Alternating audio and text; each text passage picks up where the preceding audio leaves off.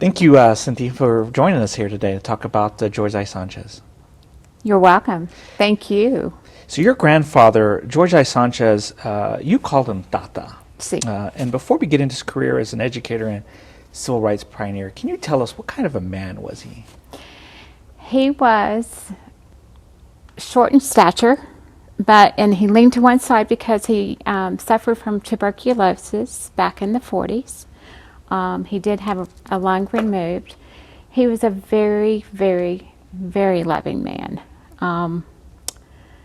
Very sweet to I have three siblings. I'm the youngest of four, and he taught the boys how to box because in his younger years he went by Kid Felix, and he taught the boys how to box. But he was very sweet and very loving, very humble man. Now, of course, he grew up here in Albuquerque. Yes. And was a teacher at a very young age, principal, and then a superintendent. When did you know that your Tata was an important scholar on Mexican-American history and in civil rights? I knew when I was a teenager, my step-grandmother, Dr. Luisa Gigi Sanchez, she went to many openings of schools all over the nation named after my Tata, George I. Sanchez. And I knew that he was important at that time, but I didn't know everything until later years when you and I connected back in, I believe it was 2010. And I realized then that the national impact that he had of all the working with children in poverty and working with Hispanic children in families and Native American families. So this year marks the 80th anniversary of his book, Forgotten People, published by the University of New Mexico Press. Came out in 1940 looking at the status of education among Mexican American and Native Americans. It was an instrumental and pioneering work because it was the first by a Mexican American by people of color. Yes. And it sold out. 80 years later, we're still referring to the book. Why is this book so important today? I reread it recently. He studied near Taos, Peñasco. He studied about what the students were coming to school with, and he realized that they were not prepared to come to school. So he started pre-K, and he also realized that their backgrounds, their home backgrounds, were very important. They studied their home backgrounds, such as the study of curanderos and curanderas, and the homemade, the homeopathic.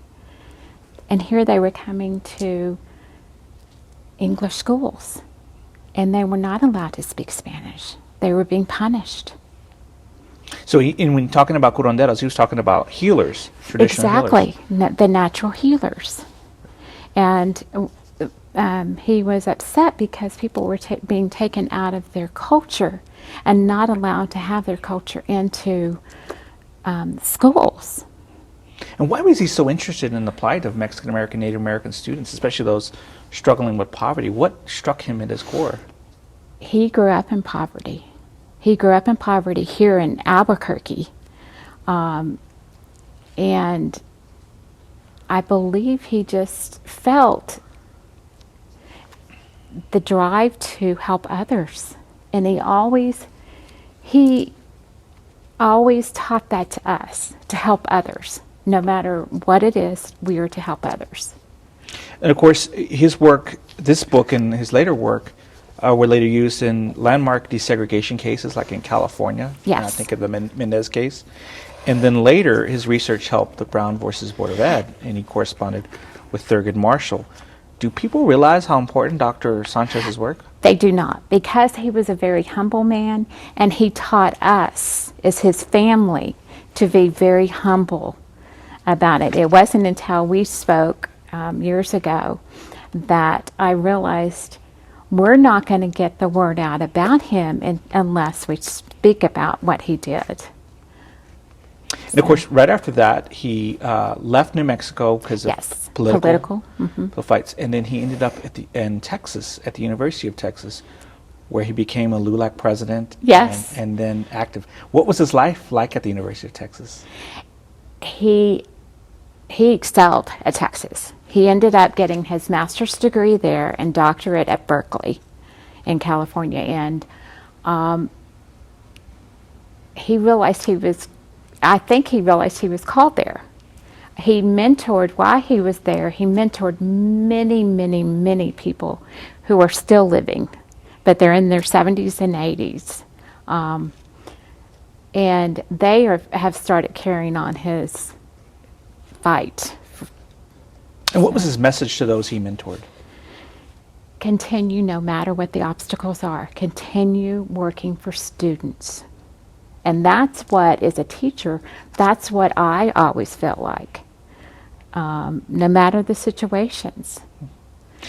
Later on, not only was he an educator, he was also a civil rights leader and political activist. Yes. He got involved in the 1960 Viva Kennedy clubs to elect President John F. Kennedy there. What attracted him to President Kennedy? He felt that John F. Kennedy was the new,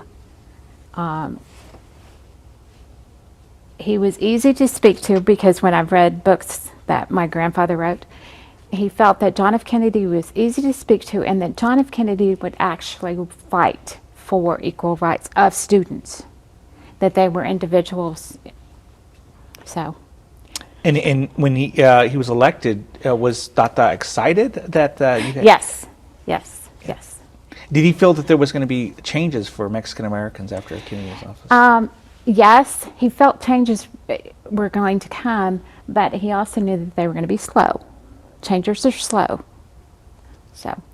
And Albuquerque, New Mexico was so instrumental for his research here. And when he ended up to the University of Texas, he was largely forgotten in New Mexico until recently. Why is that?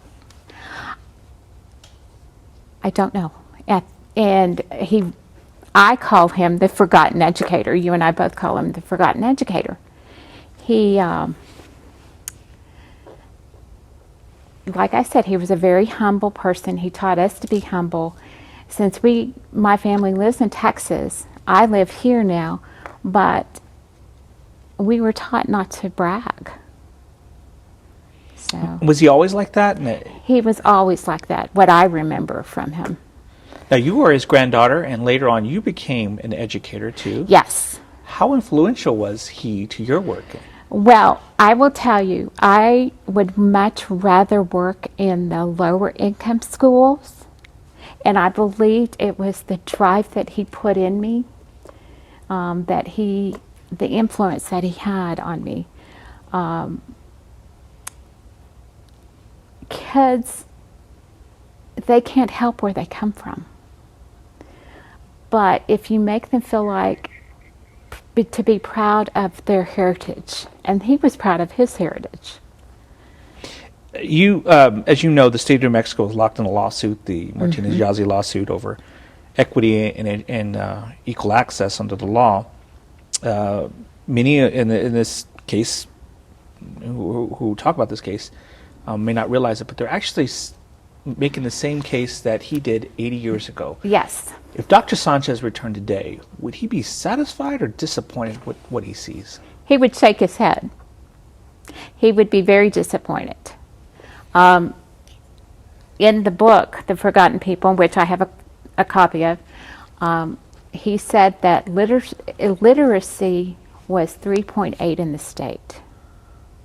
I read a study, and it's 16.8 right now. He would be disappointed. He would be feeling like we didn't go much further than where he was.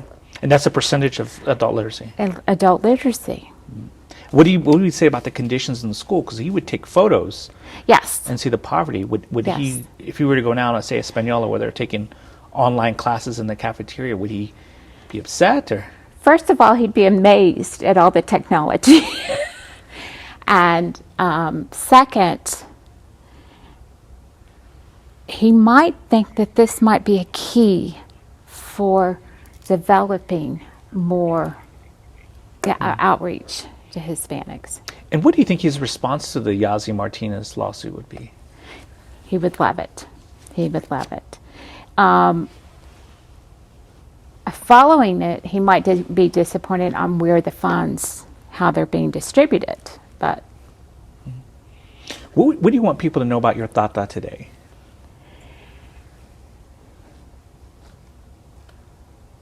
that he fought for Hispanics, Native Americans, African Americans. He fought for every student. And he was not a proud man, but he mentored so many people because he felt that the mentorship was important to carry on the fight.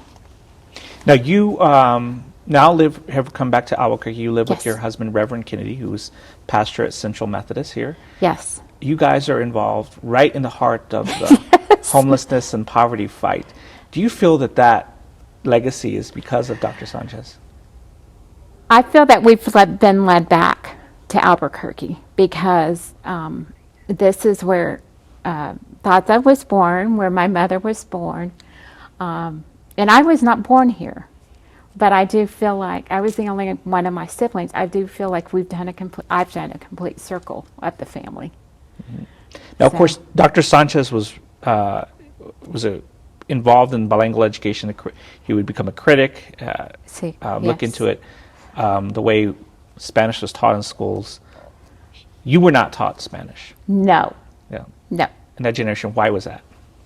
He did not want his grandchildren to go through the prejudice that he experienced, and that is both in elementary all the way up and even into the college, going to college. He was discriminated against. He didn't want us to go through that. But he would speak Spanish to my mother and to my step-grandmother. And it's a secret language, like we spell. And then you, of course, a few years ago, you and I talked about this, Yes. had a brain aneurysm. Yes, I'm a brain aneurysm survivor. What happened after that? When, according to my husband, when I woke up from the coma after the surgery, I spoke only Spanish for 36 hours, fluent Spanish. So I could feel him, and I was at UNMH. I could feel my grandfather after I was told all these stories, because I have no memory of it. I spoke Spanish for 36 hours, and I could tell that he would be very proud that I picked up Spanish.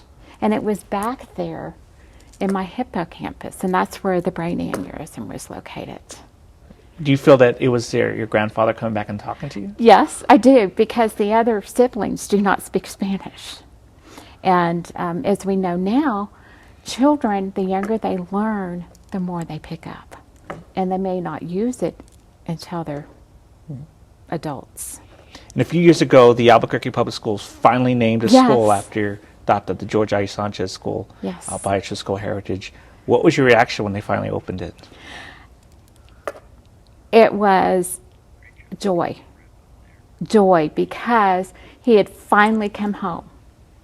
He had finally come home to Albuquerque. As you know, he was politically ousted out of New Mexico, and I felt like this was a homecoming for him. Well, thank you, Cynthia. Can you appreciate it? Thank you.